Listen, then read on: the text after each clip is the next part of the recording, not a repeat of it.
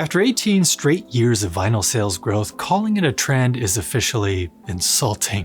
It's a full-on reckoning. But here's the million-dollar question. Does buying a vintage turntable today actually make sense? Are we talking about nostalgia dressed up in wood veneer, or is it a genuinely smarter route to real analog sound? I'm Elon Osborne, and this is eCoustically Speaking.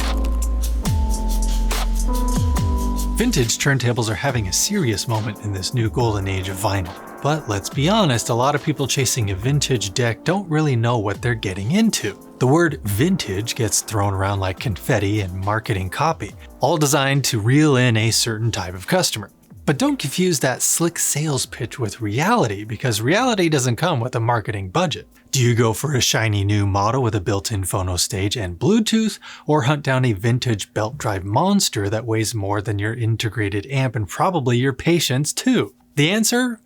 Not so simple. Some vintage turntables still go toe-to-toe with new models in the same price bracket. Some even utterly crush new options in reliability and sound quality over the long haul. Then there's the flip side. Overpriced fixer-uppers or machines that are just not worth your time, money, or sweat. So let's break it down. These days, if you want a high-performance turntable, the market's never been richer, with hundreds of new models available at every price point. Pretty impressive when you think about it. Billions of people are streaming music on Spotify, Tidal, Qobuz, and Apple Music every day. So here's the question I know you're thinking. With all these shiny new turntables on the shelf, why would anyone even glance at a used vintage deck? Do vintage tables actually deliver better sound than modern players under $2,000? Sure, some vintage turntables are absolute tanks. Rock solid, reliable machines with serious pedigree. But here's the kicker. That quality often comes with a catch. Need a repair or part swap? That price tag can climb faster than your favorite vinyl selling out on Discogs. So the real question isn't what sounds better, it's actually what's worth your time, your money, and your patience. Not every vintage turntable deserves more than a casual glance. Sure, we could have thrown in legends like the Lynn Sondek LP12, Michelle Gyrodeck, Roxanne Xerxes, Oracle Delphi, Soda Sapphire, or even an older Lenko or Gerard, but we kept this list under $2,000. Why? Because that quality we keep talking about doesn't come cheap. Reality check. Vintage build quality demands an investment. We picked these particular turntables because the brands are still alive and kicking, parts are available, and reputable shops can actually restore them properly. Set them up right, and they sound phenomenal. We wouldn't be recommending any of these if we hadn't lived with them, or don't still own them. Fair warning though, suspended turntables can be touchy when it comes to footfalls and vibrations. You're going to need a rock-solid inert stand, or maybe even a wall-mounted shelf. Another thing,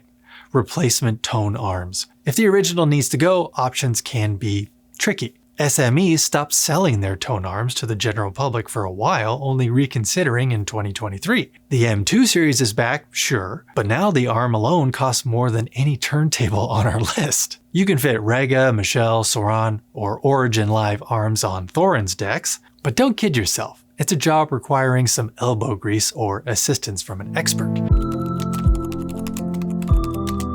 The Thorin's TD125, one of the most iconic belt-driven turntables of the 70s, believe it or not, it's still a hot ticket in 2025. Vinyl Nirvana, which is based in New Hampshire, has offered custom restorations for over a decade with tone arm and cartridge options that keep these beasts running like new. Back in 1975, Thorin's moved over 100,000 TD125s. That's right, there's no shortage of these tanks or their spare parts lurking in basements and attics worldwide. What sets it apart? Electronic speed control, a game changer when pitch stability was a luxury. It originally came with its own tone arm, but smart buyers quickly swapped in SME arms. Heavy, suspended, a 7-pound platter built like a tank, it's designed to outlast most marriages. This is a turntable you can tinker with, mod, and resurrect without a PhD. Audiophiles love its speed stability and warm tone. Sure, it won't dig as deep in the bass as some modern decks, but pair it with an Ortofon 2M Black, Denon DL103, or Dynavector low output MC, and it still delivers.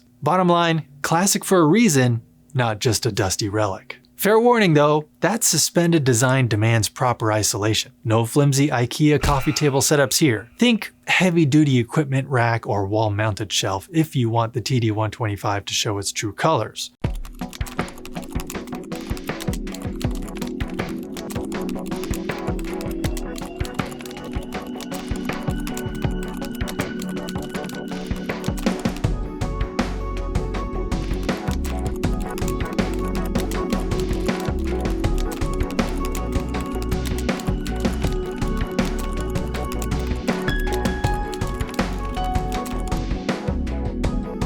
40 years ago, VPI dropped its first turntable, the HW19, packing either a Gelco profile or AudioQuest PT5 tone arm. This beast, heavy, precise, and built like a Sherman tank, spawned the Mark II, Mark III, and Mark IV versions, earning a near-religious cult following worldwide. Today, VPI is undisputably America's premier turntable maker, with a lineup stretching from the entry-level Cliffwood all the way up to the $40,000 Titan, which, more than a few audiophiles swear is among the best turntables on the planet. Sure, the HW19 looks like it's from another era, nothing like the sleek, handcrafted models coming out of New Jersey today, but it's got that same VPI DNA. Top-tier quality, rock-solid reliability, easy upgrades, and a customer service team that actually answers the phone. The HW19 Mark III and Mark IV are ideal platforms for high-end SME or Gelco tone arms, if you're lucky enough to spot one used without a ransom note attached. Its stainless steel and acrylic subchassis isolates like a champ, and VPI still stocks parts to keep these icons running forever. The isolated motor offers razor-sharp speed, stability, delivering scale, clarity, and mid-range punch that makes cheaper tables sound like they're playing through a tin can. But don't expect to snag one on the cheap. American-made craftsmanship never is.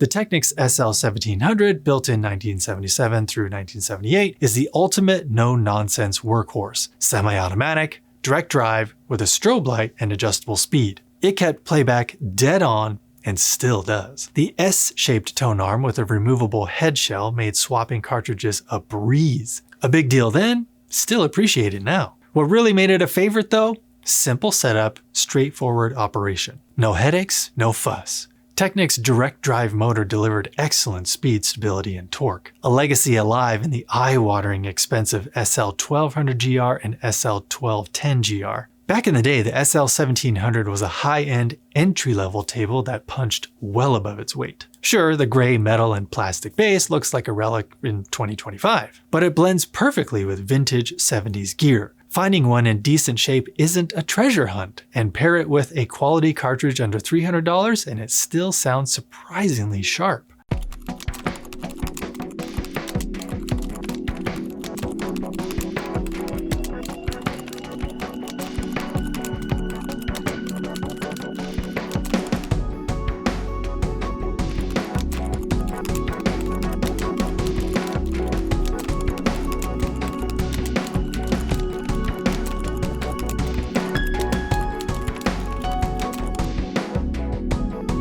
Yamaha's 1976 flagship, the YP701 or YP700 depending on the market, was a belt drive auto-return beast, just over 20 pounds and zero nonsense. It sports a medium mass S tone arm with a universal plug-in headshell, a heavy die-cast aluminum platter, and double float suspension. Arm and platter sprung separately from the motor to keep vibrations and motor noise out of your music. No thud at startup, no excuses. Sound-wise, it often draws comparisons to Thorin's models of the era. Some call it the poor man's Thorins, but that's selling it short. Exceptionally quiet, sweet mid-range and treble, but bass is a touch light. Perfect for jazz, classical, and acoustic music. Anywhere detail counts. Fair warning, installing the belt is a test of patience. You actually have to remove the motor cover and carefully thread it on. Once it's running, pair it with a Nagaoka MP110, Denon DL103, or Grado Labs Opus 3, and you've got a turntable that's held up beautifully. Yamaha did not cut corners here.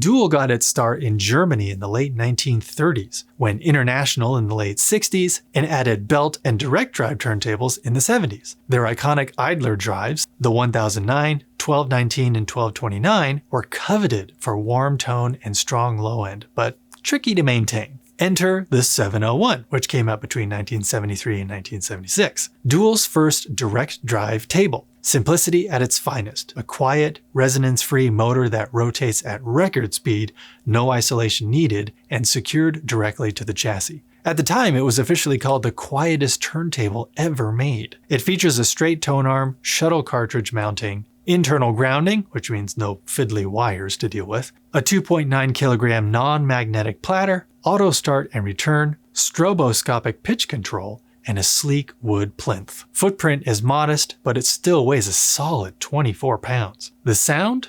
Authoritative and dynamic. Thick, robust low end, warm, detailed mid-range, treble that's clean and musical. Slightly forward presentation and excellent pace make it an all-genre table that still stomps on today's cheap overseas turntables.